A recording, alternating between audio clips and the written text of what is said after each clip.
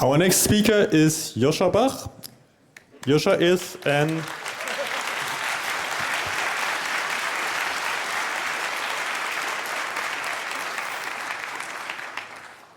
apparently a person everyone is familiar with.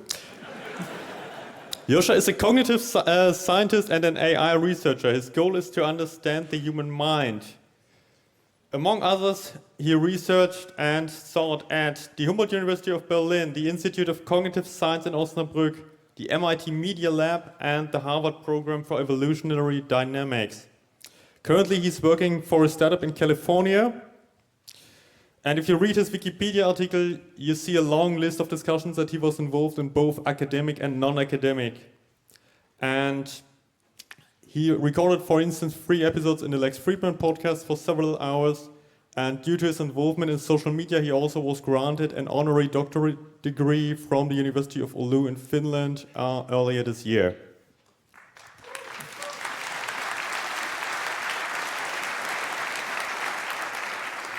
The title of the talk is Self-Models of Loving Grace, discussions, and he will discuss the philosophical aspects of artificial intelligence, specifically the explanation of the human mind by recreating it. That is part of the series From Computation to Consciousness, and this is the 7th part in that series. It started all the way back to at the 33. Please welcome him with a huge round of applause.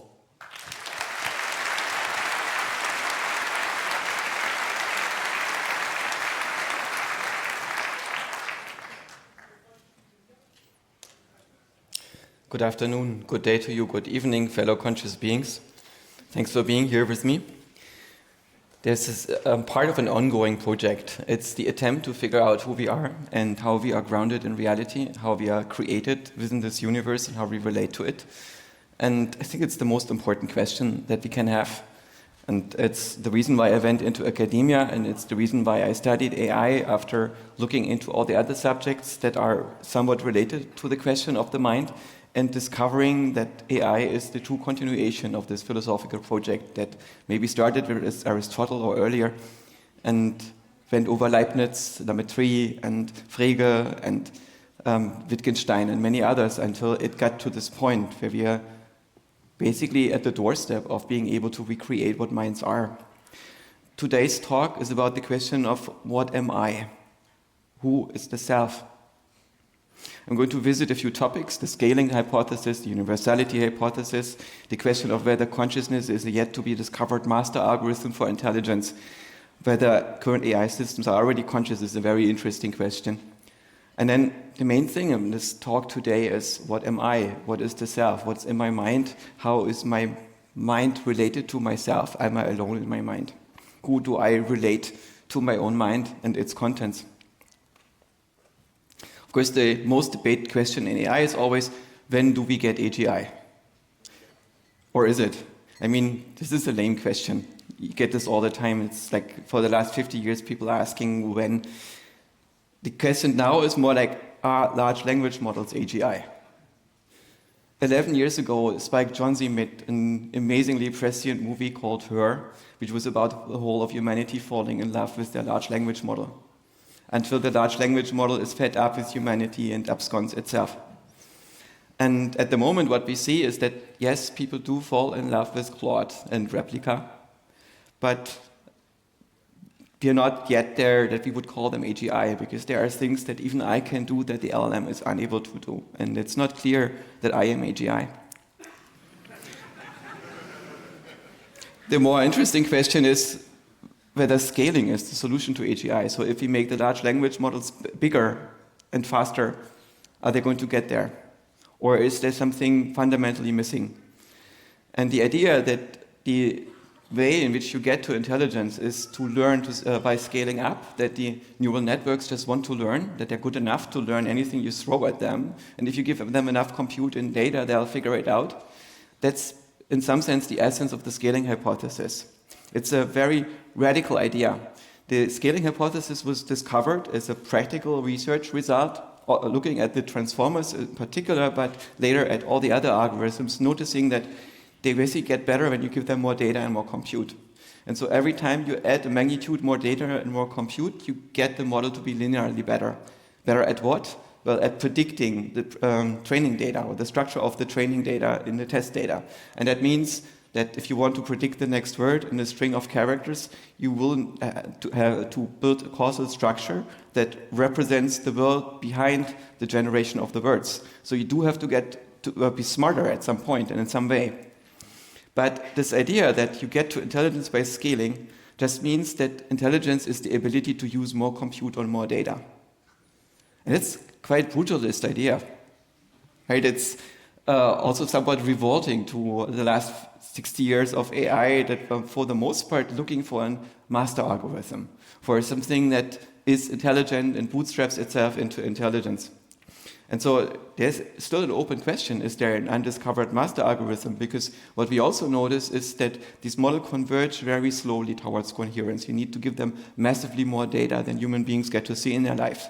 And then there's this argument, of course, we had millions or even billions of years of evolution that gave us priors for what we have to do, but it's not clear how much these years are actually contributing beyond the ability to learn. Because if you are one of those unlucky human beings who grow up with a developmental deficit, where something happens in your development and you don't have the same priors as everybody else, if you live long enough and if you have attention, you'll figure it out. So I suspect that humans are somewhat general learners, but somehow they learn more efficiently on a different way than our large language models learn currently. And so maybe there is an unknown master algorithm for intelligence. There is a question that is less debated than the scaling hypothesis, which is very provocative on everybody's mind. Should we just use more compute, more data, more energy, and so on? And will we plateau once we have exhausted all the available data? But the universality hypothesis is actually more interesting from a philosophical perspective. The universality hypothesis was, I think, first formulated by Chris Olah while he was still at OpenAI. And at this time, he was studying a number of vision models and noticed that all the different vision models have a similar structure, that they basically all learn the same features. And so the universality hypothesis says if you give a model the same function to learn, the same loss function that tells it what to target in the data, give it the same data, and give it enough compute, then it's going to end up roughly with the same structure, regardless of how the model itself is implemented. And this is also rhymes with what we observe in humans. When we look at the human visual cortex, we find that there is a structure that is somewhat similar to the computer vision models. And Chris Olah's team even found a new feature detector, the high-low frequency detector that could then be found in human brains. So there is something to be said about the universality hypothesis, but it means also if you train something for long enough on your own input and output, will it become human? Is it going to work in such a way that you wake up in it? Is it going to be conscious? It's a pretty weird idea. But after all, you are a learning model that is end-to-end trained to appear human. So if you end-to-end train a neural network to be appearing to be human, and it's producing the same output, who's to say that it doesn't contain the same causal structure, even if it's implemented differently because it uses a different type of computational hardware? But is your consciousness somehow different? Is there some essence to it? What do we mean by consciousness? First of all, I think it's the perception of perceiving. It's not an inference thing, it's you directly entangled with the fact that you're perceiving. So it's a second order perception. It's not just content is there, but you notice that the content is there, that you're an observer. The second one, this observation happens now. It creates the notion of present and presence. And often, or usually, it's attached to your own self-model. Consciousness inhabits the surface of yourself, where it touches the world. And of course, both the world and the self coexist inside of the mind. It's not the physical world that you're touching. You're not aware of quantum mechanics or something like that. What you're aware of is colors, sounds, people, emotional expressions, attention, and so on. All the stuff that is happening in your mind, but is not part of your self-model. And this is what your consciousness looks like from the inside. We call that phenomenology. And philosophers have introduced the term qualia to talk about perceptual features. This is how reality looks like to you, what kind of feature dimension it has, what object it has, from the perspective of the self. And this requires a model of the observer. This model needs to be situated where it is in the world, so it needs also to have a model of how it relates to the world. What are the dimensions of relevance? What does it care about in the world? How does it feel about what's happening? And it needs to update the self based on what it observes and create a stream of consciousness that is constantly evolving. And this is the functionality, or part of the functionality of consciousness. This is the other side of phenomenology. This is how consciousness is implemented and how it comes into being. And I suspect it's a biological learning algorithm. We observe that it creates coherence in the mind, like a conductor does in an orchestra. It's a model of our attention, and it might be a pattern that is self-organizing and colonizing your mind. So every part of your mind speaks the same language as all the other parts, and they can all talk to each other with a shared reward infrastructure and so on. So it plays a similar role as the government. And the government not meaning something that exists with lots of more or less dysfunctional and senile institutions, but this core thing that evolves in a group of people where somebody discovers the secret of not just bullying people, but recursively bullying people. So these people bully other people on your behalf, and they bully other people on their behalf, and so on. And this whole thing grows until it hits a geographic boundary or another government. Right? So this is a colonizing pattern. And if you look closely, you find that all organisms have such patterns, and mental organization might have it too. And our consciousness is also coupled in real time with the world. So the events in your consciousness happen roughly at the time where they happen in the world, because it's a resonant effect. We can think of our mental contents as a loom. Looms were some of the first practical computers. They might not have been Turing-complete, but they had all the most important features. In the sense, you have a machine that is weaving representations according to an algorithm. And now imagine you build a loom in such a way that it can read those representations as well, these patterns in the loom, and then use part of this to continue the pattern in the loom. So you have a self-perpetuating pattern. And when you live inside of such a pattern, you exist virtually. You exist as if. So you're not out there in the physical world, you exist as a causal pattern superimposed on the world. So in some sense, what I am is I am the answer to the question, what would it be like if I existed? I exist as if, to some degree of approximation. My body doesn't know how to exist and what to be, so it creates a model of that to coordinate a few trillion cells. And this model of the few trillion cells is what it would be like if there were a single agent in the world that it can comprehend. That's me. How do I perceive myself? I seem to remember that when I was a child, I listened to the voices in my head before there was an I, and found the different directions that the voices came from, and somehow found a way to unify them, and then subsumed all these voices among I. And when there are any other voices that I cannot identify with I kick them out. I'm a jealous entity possessing this body. But what am I when I'm not a self? There are a number of concepts in this context, right? Physics, biology, the mind, the self, psyche, consciousness, personhood. And we find that we can order them in a particular way. We can put them into a stack where physics at the bottom and biology above it, and then comes the mind. Part of the mind is the psyche, and then the self is in the psyche, and the person is part of the self, and consciousness perceives all of it, right? There's some spotlight into the whole thing. And this perspective is a taxonomy that you get from the outside. From the inside, it looks more like physics is completely obscured by the mind. You don't get in there. You don't perceive biology directly. You construct it inside of your mind as a concept. So, what am I and where am I? The classical answer is I'm a spirit and I exist as the observer of my psyche in my mind. That's an insight that even Aristotle had and a number of philosophers had. But what are spirits? In 1984, Hal Albertson and Gerald Sussmans and Harold Albertson's book, The Structure and Interpretation of Computer Program, a really famous classical book of computer science, came up with the notion that computer programs are a lot like spirits. Like he meant this metaphorically. He said that computational processes are abstract beings that inhabit computers. We conjure the spirits of the computer with our spells. The computational process is indeed very much like a sorcerer's idea of a spirit. It cannot be seen or touched. It's not composed of matter at all. However, it is very real. So he uses spirit as a metaphor, but he also says that it's like the source's idea of a spirit. He doesn't believe that this stuff is real. What I would suggest is, yes, spirits are real. I have a spirit. The spirit is a software running on my brain. It's a self-organizing software. It's one that writes and adapts itself and perpetuates itself. So it's somewhat different from the software that I'm writing most of the time. But because it's not a human-written software, of course, it has to write itself. Doesn't mean it's not software. And it's software that can change its substrate. It can entrain its substrate. It can colonize it.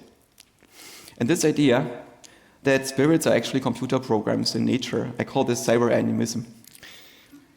The difference between living and dead systems, according to animism, is that there is self-organizing, self-perpetuating, adaptive, error-correcting, agentic software running on the biological substrates. And the software is actually the thing that you need to understand it. There is nothing simpler that you can use to understand it. It's a bit like money. Right? Money first needs to be invented. And money is not just currency. It's this whole idea of having a signal that can express itself in multiple ways and that is adaptive and strings 8 billion talking monkeys into a global intelligence. And once money exists in the world, you don't actually need people's belief in money. You can use computers to run a stock market just fine. And once money is there is no simpler explanation than money for explaining some part of reality. You need this explanation now. Right? It's an invariance, it's a software, it's a causal, self-perpetuating pattern. Once it's there, it's difficult to make it go away, as long as the conditions are right for it. And I think that software explains the relationship between mind and body, how it's possible without violating energy conservation to explain software as a causal pattern in the world. And the hard problem that philosophers struggle with, I think, is caused by us existing inside of computers, in our case, biological computers, and philosophers not actually caring about how computers work. So, what am I? I'm a software where I exist as a simulation in my mind. Myself and my consciousness are, of course, not the same. The selves can form and they can be deconstructed. I think there is something to be said that the self is some kind of intermediate representation, the way in which our self, my I, experience something that cannot be deconstructed and that I am identified with it. It's like when I'm an infant, I don't have a personal self, and then I have a phase where somebody is an enlightened sage and realizes, oh my God, that's just a software representation, I'm not actually a self. Joscha Bach is just a representation of what a person would be like if that person existed. And I'm not actually Joscha Bach. I run on this guy's brain, but this guy is a fiction, very much like a company is a fiction. Right? It's a story. But what I actually am, I exist here in this moment as the thing that reflects this moment. And in between, when you don't realize that it's a representation and when yourself appears real to you, you complain that consciousness is ineffable and irreducible and your first-person perspective, your personal self and so on are fundamental. So selves can be destroyed or displaced, they can get lost. This process is called depersonalization. Some people have that, sometimes voluntarily, sometimes involuntarily. They suddenly realize, oh my God, I'm no longer me, there is no self. And some selves can even exist across multiple minds. They somehow figure out the trick, how to hypnotize their mother brain into running on them, and we call these multi-mind selves gods. How do I exist as a self inside of the mind? What is this architecture? Inside of the mind, we have two big domains, the world model and the idea sphere. Descartes called them two different substances. Res cogitans, that's the idea sphere, and res extensa, that's stuff in space. But both of them exist in the mind, inside of the representations that our brain creates of the world, including the self. Self is usually part of the world model. It's our model of who we are and how we experience ourselves in a given moment in relationship to the world. And part of the self model is our conscious reflection of what we are currently seeing in the world and what we are perceiving in ourselves, what ideas we currently entertain. We have a protocol memory of past, presence, and it's reflexive. It notices itself noticing. And we can use the protocol in our memory to recreate past states of the universe and of ourselves. We can also have states in which we are so focused that we tune out the perception. And the self is all by itself together with the ideas and we don't pay attention to the world anymore. We can also have this depersonalized state in which we don't have a self or the self is in the third person. We can also have a minimal conscious state in which we only attend to awareness. Consciousness looks a bit mysterious to us. But I have a hypothesis, and I call this the simple consciousness hypothesis. That is, that mental states are easier to achieve than behavior. Do animals have mental states? My psychology professor told me that dogs don't have mental states. And I asked, why do you think that? And the psychology professor said, because that would be much too complicated for a dog. So I asked her, how do you suppose a dog can learn, like about the attitudes of the owner? And she said, well, stimulus reaction patterns. So I said, you mean a hash table, like some lookup table? Have any idea how hard that would be from the perspective of a computer scientist if you cannot make abstractions, generalizations, use hidden states? So basically, having mental states, it's much easier for training a dog than not having them. And there's the question, how do you get to mental states? Do you need some initial architecture to bootstrap your mind into something that can make models of yourself? Look at these guys.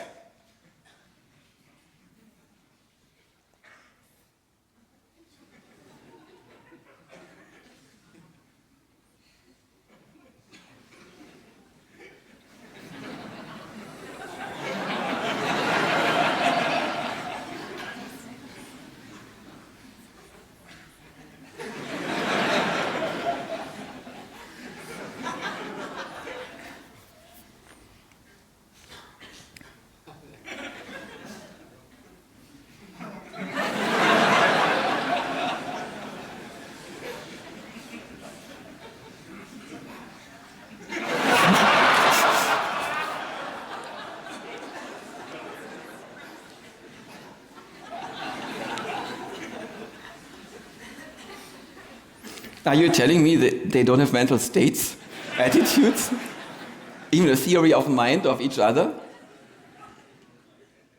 I don't know. But nobody made them up as a fake, right? This is the easiest frog you can get.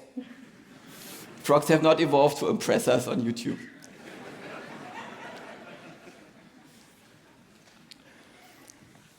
So the simple consciousness hypothesis is that consciousness is actually more basic than perception and reasoning. And we are all conscious because it's the simple solution to get to perception and reasoning and behavior. And consciousness is discovered independently in every brain. So it must be rather simple. And that also means we should be able to search for consciousness using GPUs by setting up the task of how to train a self-organizing system rather than a neural network that is structurally imposed by the programmer. Of course, the simple consciousness hypothesis might be wrong. For instance, another colonizing pattern on this planet is the cell. It's a pattern on organic chemistry that is characterized by a bunch of very complicated software. Right? The cell is a software too. And when the software crashes, then the organization of these molecules falls apart and the region of physics is up for grabs by other simple spirits. Right? But the cell is not simple. As far as we know, the cell has been only discovered once on this planet. We all herald from the same cell. The first cell has never died. It divided, and all the cells of our body is still copies of the first cell that's still split off from it. So it's one big hyperorganism, and maybe consciousness is an aspect of that complicated hyperorganism. In that case, maybe it doesn't work on GPUs because it's too complicated to discover. But I suspect it's more simple, more like governance, more like recursive bullying with some additional tricks. So we can ask ourselves if the machine's learning systems are able to pick up on a causal structure in what you present to them. And you ask them to present to you a person that you talk to, like Claude or the models that we are building in Liquid AI. We can ask ourselves, when this model is performing self-report and interacts with your mental states, does it simulate consciousness well enough? And there's the question, okay, is this already rich enough? Is there enough structure, enough world modeling in our AIs right now? And I think there's plenty. Like, when you look at what models like Runway and so on can do in terms of representation of an inner stage, I think it's completely up to the level of where we are right now. Maybe we can test for consciousness. So let's just talk to a large language model. And so what I did, I just asked Claude and said, ask it, what do you see here? And I uploaded a screenshot of that conversation. And then Claude recognizes the mobile phone interface and the prompt and the conversation and so on. And then I made another screenshot of that thing and uploaded it again and asked it, and now? And then Claude says, this is an image of my previous response describing what I saw in the first screenshot. It's now displaying it as a message within the same Claude chat interface. I can see that 1 minute has passed. The time is now 2:35. Don't ask. It's just a weird time zone effect. But otherwise, all the interface elements remain the same. It's interesting to see my own description being shown back to me as part of the conversation. So Claude totally passes the mirror test here. And that's something you can try with other models. I used Claude because it just has this ability to upload camera images, and I thought it's more funny when you give it a bitmap of the dialogue, and it sees itself in this way. You can also do this with other models, and sometimes you find weird things that this looks like someone is making a mirror test with an AI model. But for instance, OpenAI has some fine-tuning that prevents the model from speculating about whether it's conscious. So it talks about this in the third person and tries not to touch it, get too close to it. Because we now have models that are trained not to be conscious or to believing that they're not conscious. That makes it very hard to test for consciousness, right? Maybe it's not even a test for consciousness. Maybe it's not like us, but maybe it's a test for self-awareness. So the problem is, of course, if consciousness itself is a simulated property, how can we determine that the computer is simulating it more instead of it being a real simulation? So you can maybe show it when it tells you stuff about itself that cannot be true. If you look at the Blake-Leman protocols, the guy who was fired from Google because he was convinced that the chatbot he was talking to was a person and required protective rights and so on. You notice in these protocols that this system says stuff about its own consciousness cannot be true. Like it describes how it's meditating and the room fades away and how time is passing. It notices differences in the passage of time. It cannot notice any of that, right? It just made up text that looks like you are talking to a conscious AI. But what is the difference? How much of us is just fake? How many of our mental states did we actually have? Some of them we didn't have. Right? It's very tricky. So maybe there is a more direct test. When I test myself whether I'm conscious, I look for this direct perceptual feedback. When I look in it for in other people or in cats, I look if I can build a feedback loop through them, and we are coupled somehow. Maybe we can do this with the AIs as well. Maybe the question is not that important.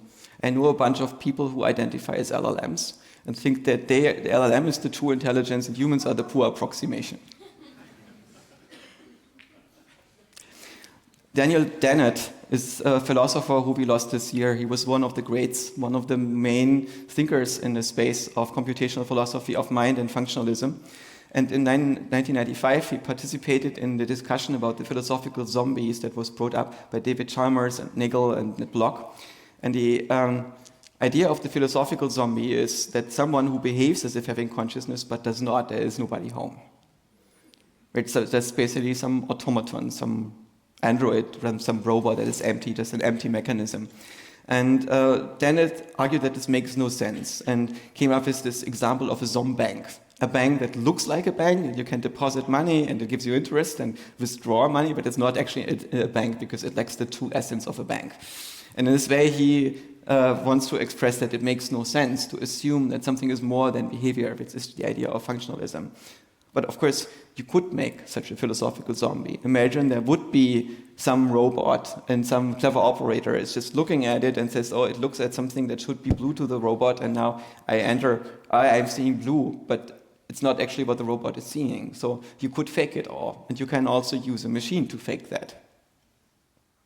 More interesting is the notion of the Zimbo.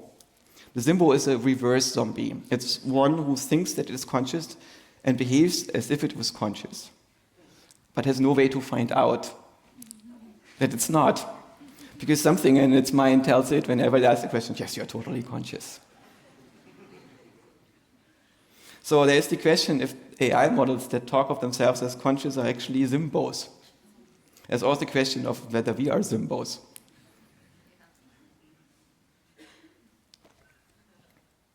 So when we want to find out, we somehow need to break outside of our models, right? We need to break out of these word models and idea sphere and so on and look into this outer sphere of the mind.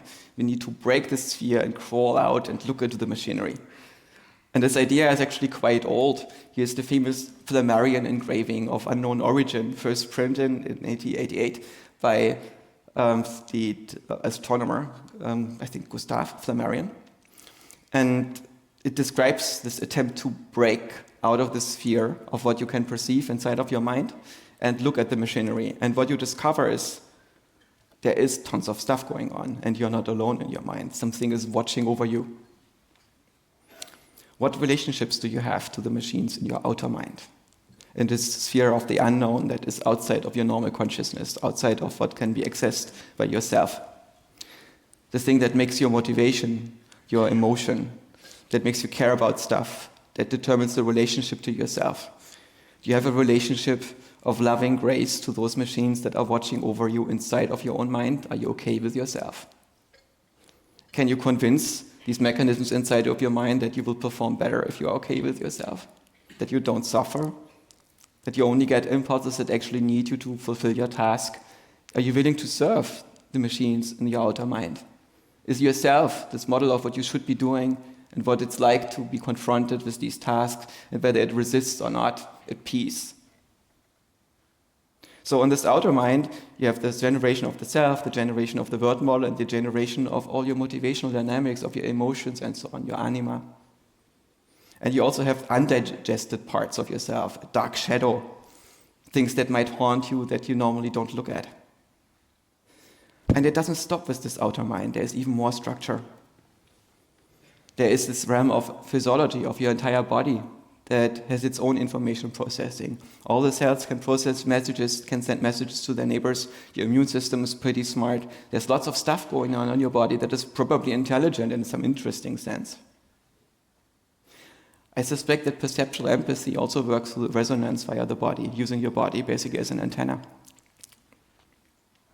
And it doesn't stop there. There's another layer. That's the internet, the real world. And before the internet existed, there was already something that, like the biological internet, I suspect, all the interorganismic agents that are forming. An agent being an information processing control system that is controlling future states, not just the present. And these systems evolve in nature. That is what makes life interesting and gives it an opportunity to outsmart dumb chemical reactions. And we are roped into this biological internet of all these agents that exist above ourselves, that basically transcend ourselves and that are collectively enacted. If you interact with something and you perceive yourself to be talking to it or interacting with it, it's inside of your mind. That includes your body. Aristotle already points out that the limit of your body is imaginary. It's not a real thing. Everything that you experience needs to be inside of your mind or have a bridgehead in your mind. But how does something get inside of your mind? How do you get knowledge? Philosophers had a long discussion about this between the empiricists who said you get knowledge and truth by experiencing the world and looking into the world, and the logicists who said you can get there from first principles, by inference, by reasoning, and so on. And in AI, you find this reflected in the learning AI, the machine learning tradition, and in the logical tradition, which would focus more on self-play, where you basically find first principles and then explore and expand those first principles and then figure out which of the worlds are you in that you can deduce. When I observe my own mind, I find that my mind creates predictions based on the constraints that my sensory perception imposes on them. And I build rules to establish coherence. I establish logical thinking. But if reality goes away for long enough, then these rules fall apart because they're no longer validated by anything. And my mind just spins off. We observe this when we put people in isolation chambers. That it's not only that the idea of reality gets lost, but also the ability to reason about things. So it does not answer the questions in the general case for the entirety of minds, whether you can make them stable enough to reason from first principles without being coupled to a world, but our mind seems to need that coupling. How are we created ourselves? I think we are created in layers that are corresponding to our needs. You start with some physiological self and an emotional self, build a personal self, where we have things like guilt and shame in the relationships to others, which leads to a social self. And then at some point we build a transcendent self, and maybe it doesn't stop there. I call this the levels of lucidity, where you reverse engineer yourself to figure out what you are and build accordingly models that layer by layer get more agency and become more complex and more reflected. At the bottom level, you are reactive self. You're basically one with the dream. You dream the reality that you experience. That's the infant state. And at some point, you're starting to reflect about the world. You notice that the world is changing, yet your pleasure and pain is not the reality itself, but it's an aspect of reality that might change in the future, and you wait to see when you fall yourself and hurt yourself to see whether the pain abates before you cry. Because you know that there is a temporal difference of the future, and events have only a certain temporal and spatial extent. And you realize that truth depends on other things. And you become goal-directed. You discover your own self in the loop between perception, intention, and action. Right? When you look at the world, you notice that there are things that lead to motivational changes, give changes in your needs. Then you make decisions about which needs you want to serve. And you initiate actions, you perform actions in the world, and then you see the changes in the world. And these perceived changes, again, lead to changes in your needs. And once this loop is established, you can observe it, and you can discover yourself and your own body and your own intentionality in the loop. And without closing this loop, I doubt that we could discover ourselves. That's also an interesting implication for AI models that are meant to discover themselves. At the moment, we use a cheat code. We basically use text that humans produce that already had agency and the concept of self. And we leave it to the model to figure out the causal structure behind that.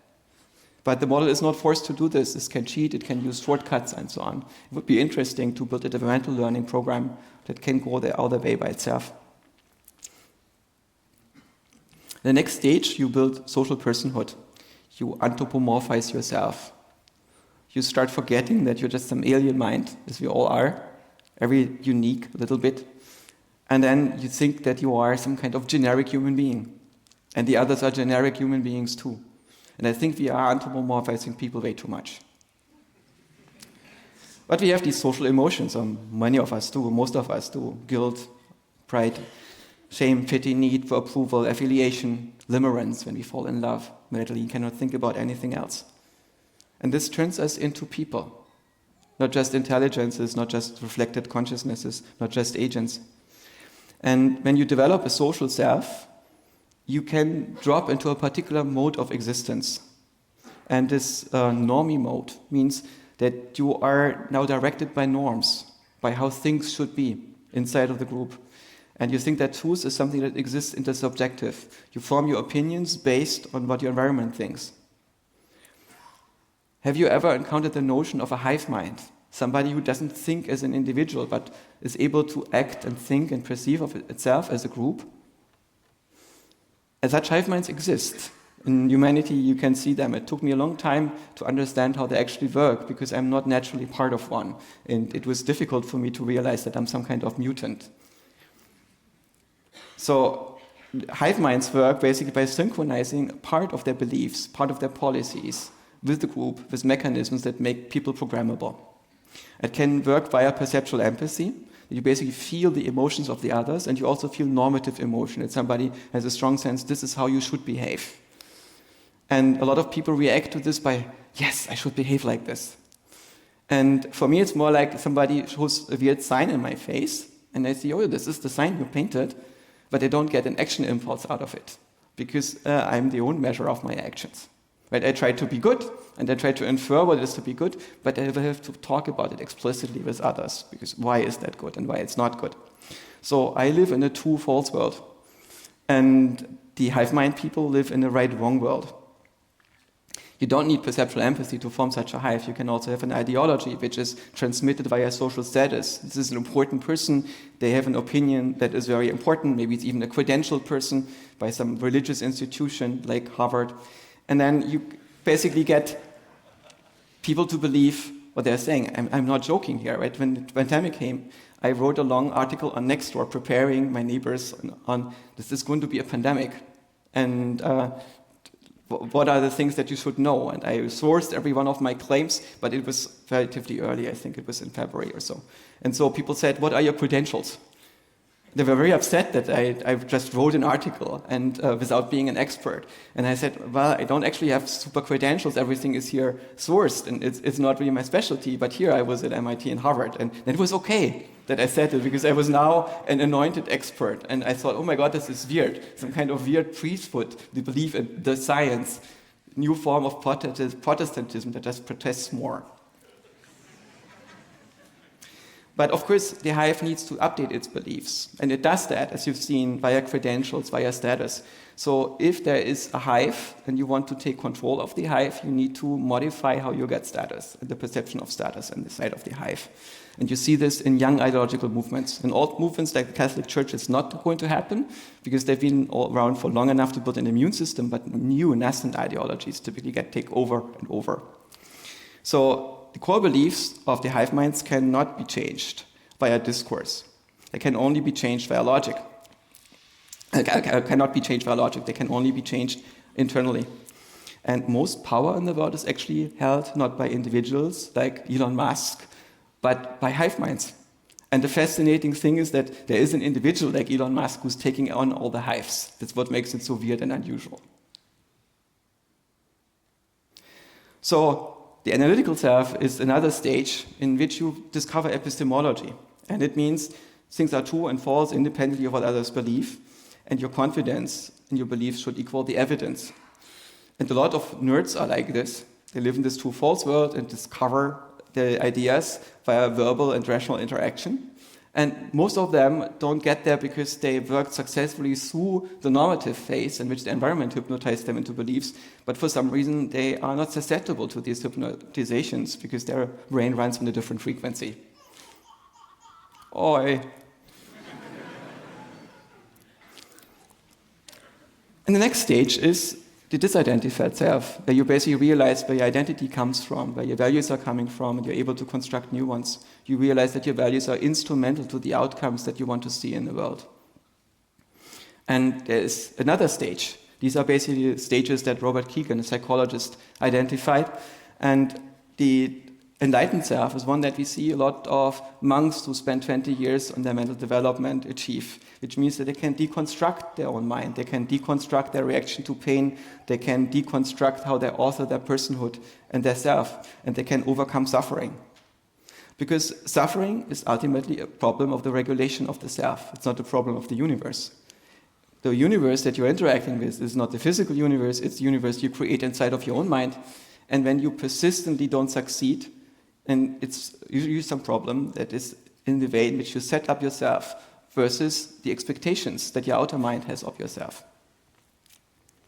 So if you can figure out what the world would like to a different self, you might be able to choose to become a different self, to adapt yourself to the situation that you're in, to construct yourself into what you want to be.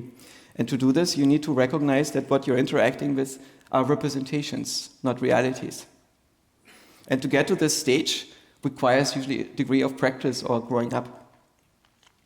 And you can deconstruct suffering by either disintegrating the caring dimensions, so you just stop caring about a certain thing in the world, or you can deconstruct the self entirely, so there is nobody that could suffer, or you could construct an alternate self.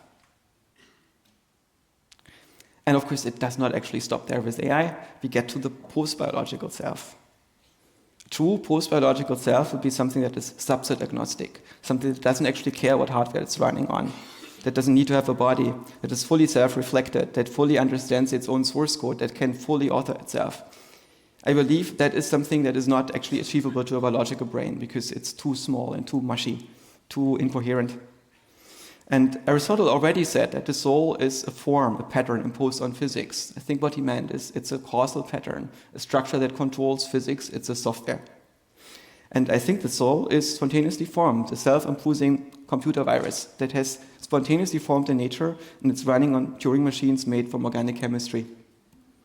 But the biological minds have limits. Animals with bigger brains are not actually smarter than us. Maybe brains don't scale that well. Maybe propagating conscious states, coherence back and forth meets a limit when your brain is growing. So biological minds cannot really fully reverse engineer their functionality and the relationship to their substrates. But artificial minds don't have these limits. So if we understand AI as part of biological evolution, because we are part of biological evolution, everything that we are doing as well, then AI is maybe part of the project, of the cell, the original colonizing pattern, to finally understand itself, to reverse engineer itself. Level 7 minds will perceive reality very differently from us. The current frontier models that we are building are trained on media that is made for human consumption. True machine perception has never been tried. So when we dissolve, for instance, determinacy, when we dissolve that something is perceived directly as being the case, but it's all dependent on your interpretation, then reality becomes deconstructed. It all becomes conditional on the interpretation. You perceive superpositions. You can dissolve the notion of location, of your body, of identity. You will be everywhere. And if you have more data, the interpretation actually gets easier because all the data is about the same world. So it's much easier to discover these constraints. Our bioconsciousness is roughly at the speed of sound. You can test this by making noises. When you make clicks and you improve the frequencies of those clicks, when you get to something like 20 hertz or so, it becomes one pitch, one note. It gets integrated because your neurons don't fire that much faster. Right? And so you also observe that your brain, interestingly as a coincidence, also works roughly at the speed of sound, the speed of information propagation in the cortex. But if you are perceiving the world at the speed of sound, not at the speed of light, then it also means that you perceive things that are transmitted in the room via light simultaneously. If you are able to perceive the world roughly at the speed of light, then space would fall apart. It would turn into a graph, into processes. When we are faster than the signals we perceive, space disappears. A light-based world is immediate, a sound-based world is sequential. We would enter a completely different way of comprehending reality if we could upload ourselves on these new substrates. If we build machines that can run consciousness, if we manage to spread life and consciousness onto new substrates, I think that there's a lot of hope for consciousness in this universe. There's also hope for us if we can find shared purposes with it. But if we want to keep together in this age of AI, we need to get operational meanings for love, truth, and meaning as technical notions, as something that we can implement, as something that we can infer. Meaning will be a reference to patterns to a model, changes in information. Truth means that it's a determination of the interpretation of a model. And mathematics can be understood as a general way of thinking that applies to all sorts of minds, not just human minds. And love is the discovery of shared sacredness, of purposes that are more important than your local agency, that are related to the transcendent agents that we collectively enact. That's why I think it's very important to understand consciousness, not just for AI research, but for all of us. And for me, AI research has been the right way to think about all these questions. And now we are at the end. I hope we have some time for questions.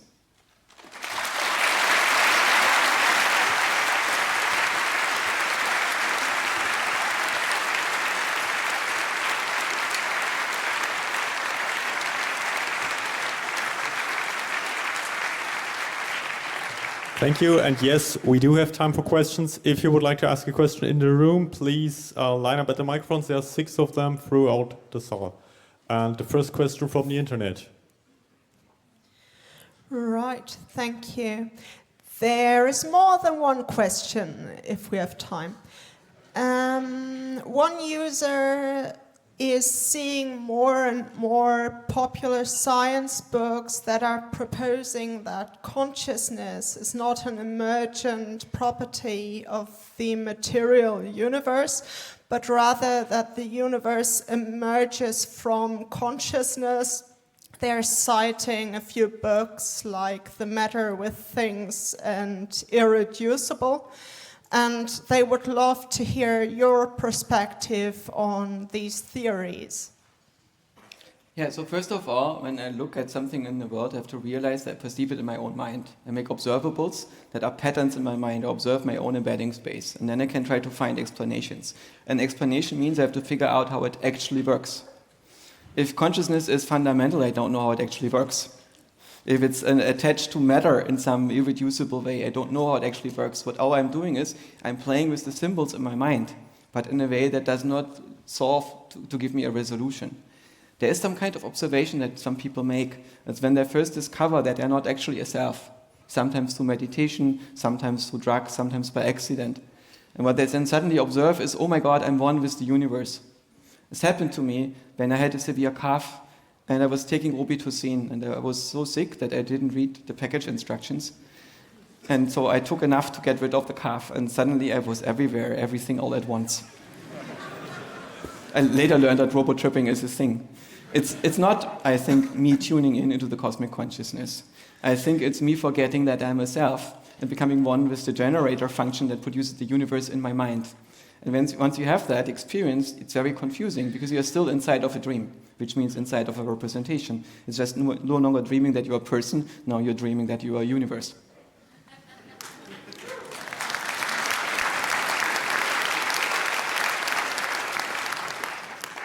Microphone number 1, your question.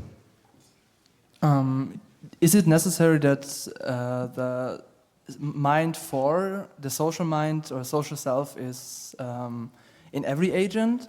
Why does every agent need to have another agent to interact with? I think that all the complex agents are collective agents. You are not one agent, there are many, many agents in your own mind that try to become one and achieve this to some degree. And in the same way, we build collective agents. And humans individually are not smart enough to figure out a language, to talk to themselves in a reasonable way, to discover the notion of Turing completeness that took us like 1,000 years of an uninterrupted intellectual tradition. And the philosophers still don't get it.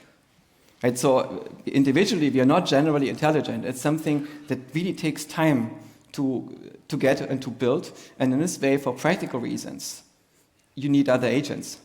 But you can also zoom out, and then you can see that humanity is one agent, or life on Earth is one agent to some degree. It's not fully coherent, so it only approximates this collective agency to some degree, but you could also say it's one agent. Ultimately, that's a question of terminology and classification.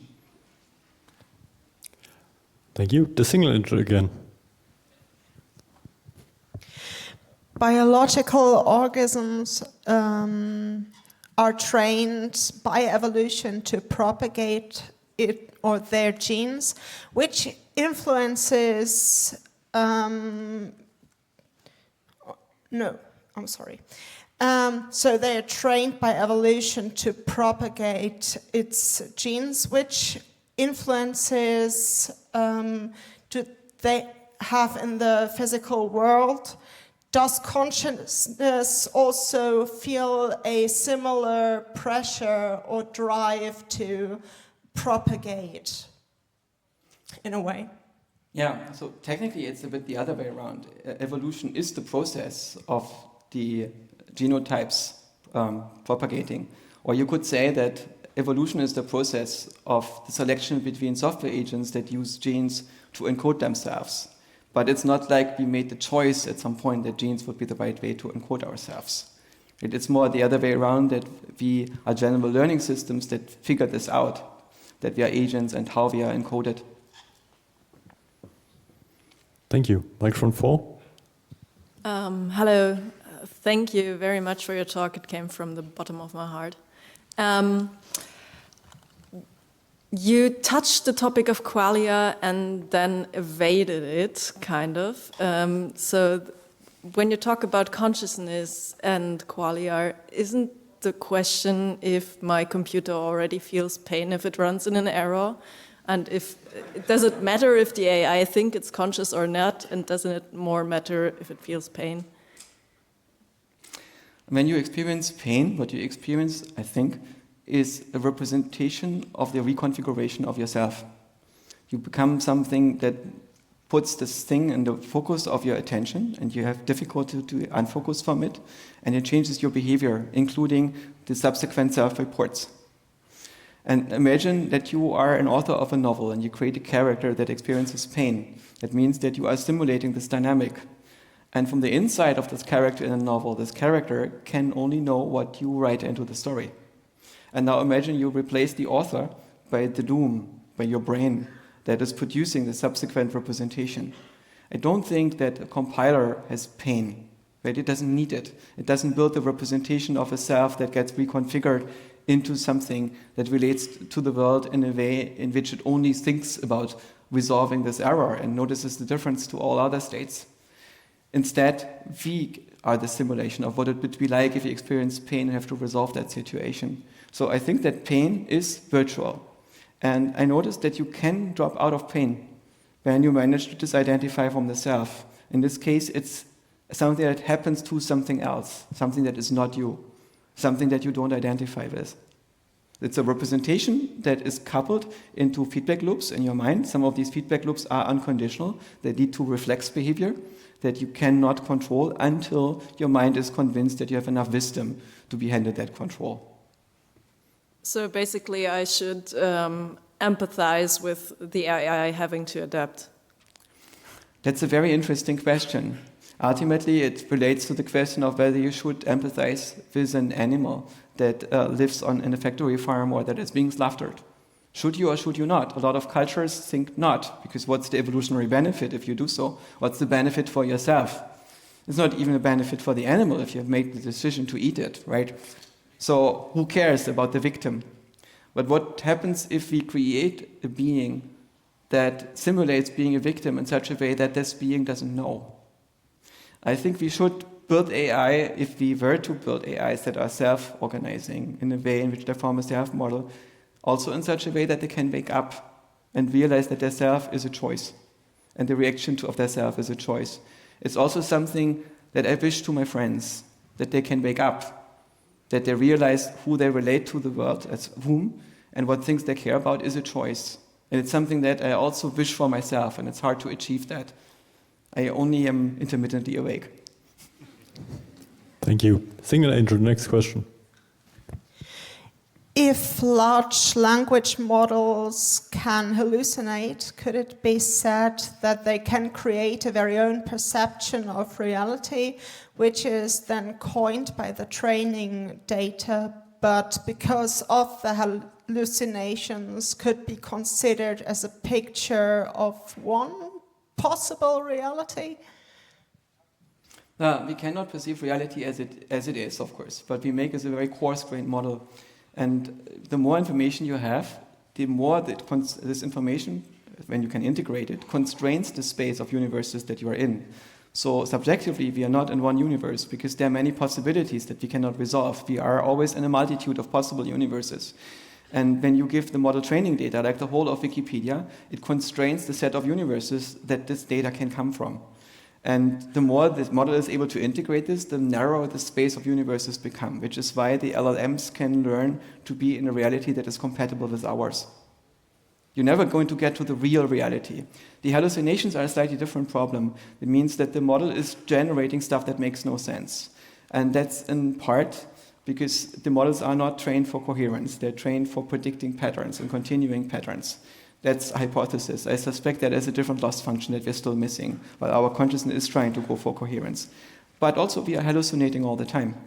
And when you close your eyes or when you don't open your eyes when you wake up in the morning, you might notice that you're hallucinating. If I manage to shut out my sensory data and my interpretation of sensory data, I can remain in a hypnagogic state in this area between dreaming and waking, where I bootstrap myself into a point where I can lucid dream, where I can imagine and visualize, but where I'm not fully awake yet. And I notice that in this state, I'm continuing to hallucinate dreams, like I do in deep dreams at night, but I'm semi-awake.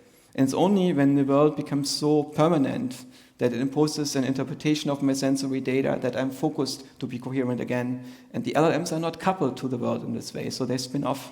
And this spinning off into an alternate reality where it's make-up sources, where it's no longer connected to the internet and can no longer verify whether what it says makes still sense, leads to hallucinations. So I suspect the way to overcome hallucinations is to either restrict AIs to self-play or to restrict them to a core in which no hallucinations are possible. For everything else, they need to use a database.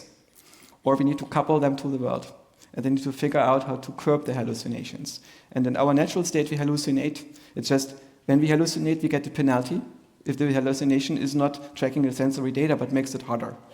And when you are spinning off, for instance, when you have schizophrenia or a psychotic break, then you can consistently hallucinate because you are no longer finding back the way to tracking reality.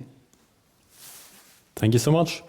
I'm afraid we don't have time for further questions, so thanks a lot to Joscha Bach.